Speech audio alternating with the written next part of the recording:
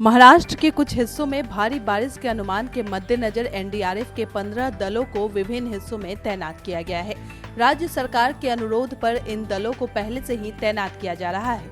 भारतीय मौसम विज्ञान विभाग ने भारी बारिश का अनुमान जताया है। मुंबई में दक्षिण पश्चिम मानसून के दस्तक देने से सड़कों और रेल की पटरियों पर जलभराव हो गया है और उपनगरीय ट्रेन सेवाएं बाधित हो गई।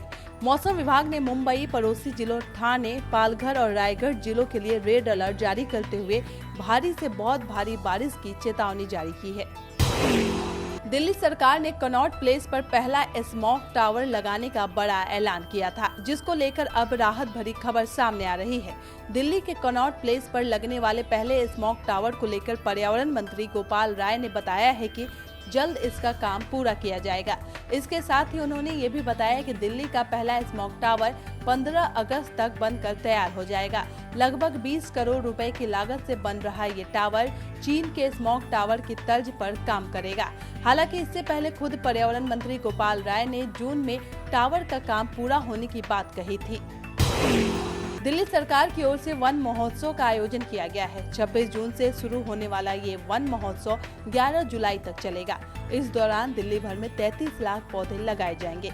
साथ ही अधिक से अधिक पौधे लगाकर वायु प्रदूषण को कम करने के प्रयास किए जाएंगे। दिल्ली के पर्यावरण मंत्री गोपाल राय ने वन महोत्सव में सभी विभागों को अपनी भागीदारी सुनिश्चित करने के निर्देश दिए हैं। साथ ही उन्होंने वृक्षारोपण कार्यों के चल रहे थर्ड पार्टी ऑडिट को जल्द पूरा कर रिपोर्ट प्रस्तुत करने के भी निर्देश दिए। पर्यावरण मंत्री ने कहा है कि दिल्ली सरकार ऐसे पौधे लगाने पर अधिक जोर देगी जिससे दिल्ली के वायु प्रदूषण को कम किया जा सके। केंद्रीय पर्यावरण मंत्री प्रकाश जावड़ेकर ने केरल के वायनाड जिले के जंगलों से सदियों पुराने शीशम के पेड़ों की कथित अवैध कटाई और तस्करी के मुद्दे पर संबंधित अधिकारियों से रिपोर्ट मांगी है। इस मामले में हस्तक्षेप का अनुरोध लेकर नई दिल्ली में जावड़ेकर से भेंट करने के बाद विदेश राज्य मंत्री वी मुरलीधरन ने राष्ट्रीय राजधानी में पत्रकारों से ये बात कही है। केरल के रहने वाले मुरलीधरन ने कहा है कि केंद्रीय पर्यावरण मंत्री ने उनकी शिकायत के आधार पर अधिकारियों से रिपोर्ट मांगी है। शिकायत के अनुसार आरोपियों ने केरल के जंगलों से करोड़ों रुपए कीमत के शीशम की लकड़ी काटी है। मुंबई में भारी बारिश के बीच बुधवार देर रात को यहां बड़ा हादसा हो गया। शहर के मलाड वेस्ट इलाके में बीती रात करीब 11 बजे 4 मंजिला रिहायशी इमारत ढह गई। हादसे में 11 लोगों की मौत हो गई और 7 अन्य लोग गंभीर रूप से घायल हो गए। पुलिस और स्थानीय लोगों की मदद से मलबे में फंसे लोगों को बचाया गया।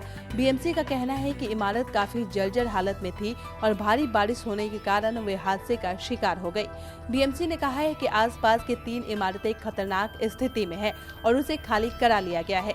राज्य सरकार ने मृतकों के परिजनों को 5-5 लाख रुपए का मुआवजा राशि देने की घोषणा की है। वहीं प्रधानमंत्री नरेंद्र मोदी ने प्रत्येक मृतक के परिवार को 2 लाख और हादसे में घायल हुए लोगों को 50,000 रुपए की सहायता राशि प्रदान करने की घोषणा की है। मध्य प्रदेश के मुख्यमंत्री शिवराज सिंह चौहान ने ट्वीट कर आम के पेड़ पर लगे फल का फोटो शेयर करते हुए लिखा है कि मेहनत का फल शायद इसे ही कहते हैं। ट्वीट में सीएम शिवराज ने बताया कि मेरे द्वारा 16 अगस्त 2016 को लगाए गए आम के पेड़ में फल आ गए हैं। आप भी जब पौधा लगाएंगे उसकी देखभाल करेंगे और जब वो पेड़ बड़ा होकर आपको फल देगा तो मैं विश्वास के साथ कह सकता हूँ कि उससे ज्यादा आनंद की अनुभूति आपको नहीं होगी।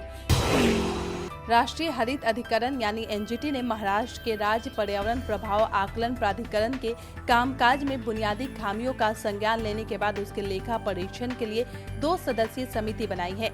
एनजीटी ने कहा है कि उसके सामने महाराष्ट्र में आवासीय परियोजनाओं के निर्माण में गड़बड़ियों की शिकायतें लगातार आ रही हैं, जिसमें पूर्व पर्यावरण मंजूरी लेने की वैधानिक अनिवार्यता को पूरा नहीं किया जा रहा। पीठ ने पर्यावरण और वन मंत्रालय के एक अतिरिक्त सचिव तथा केंद्रीय प्रदूषण नियंत्रण बोर्ड के अध्यक्ष की समिति बनाने का निर्देश दिया है।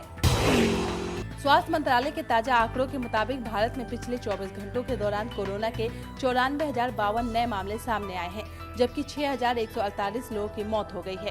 भारत में अब तक कोरोना के 2,91,83,121 पॉजिटिव मामले सामने आ चुके हैं, जिनमें से 11,67,952 एक्टिव केस हैं। अब तक 2,76,55,493 कोरोना फ्री हो चुके हैं, यानी कोरोना से ठीक हो चुके हैं, जबकि 3,59,676 लोगों की कोरोना से जान जा चुकी है।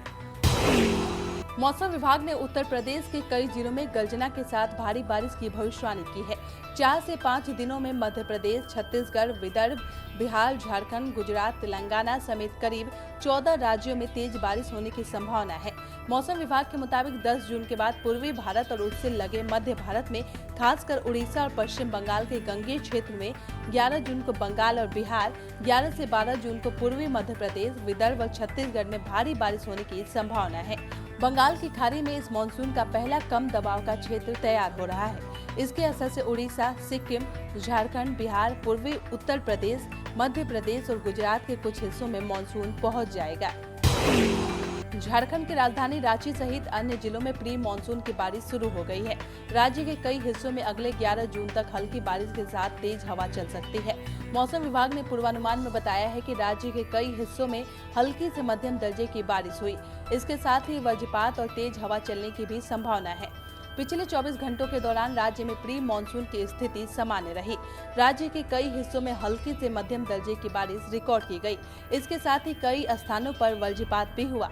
हालांकि वज्रपात से किसी की मौत की सूचना अब तक नहीं मिली है। सब्सक्राइब करें पर्यावरण पोस्ट।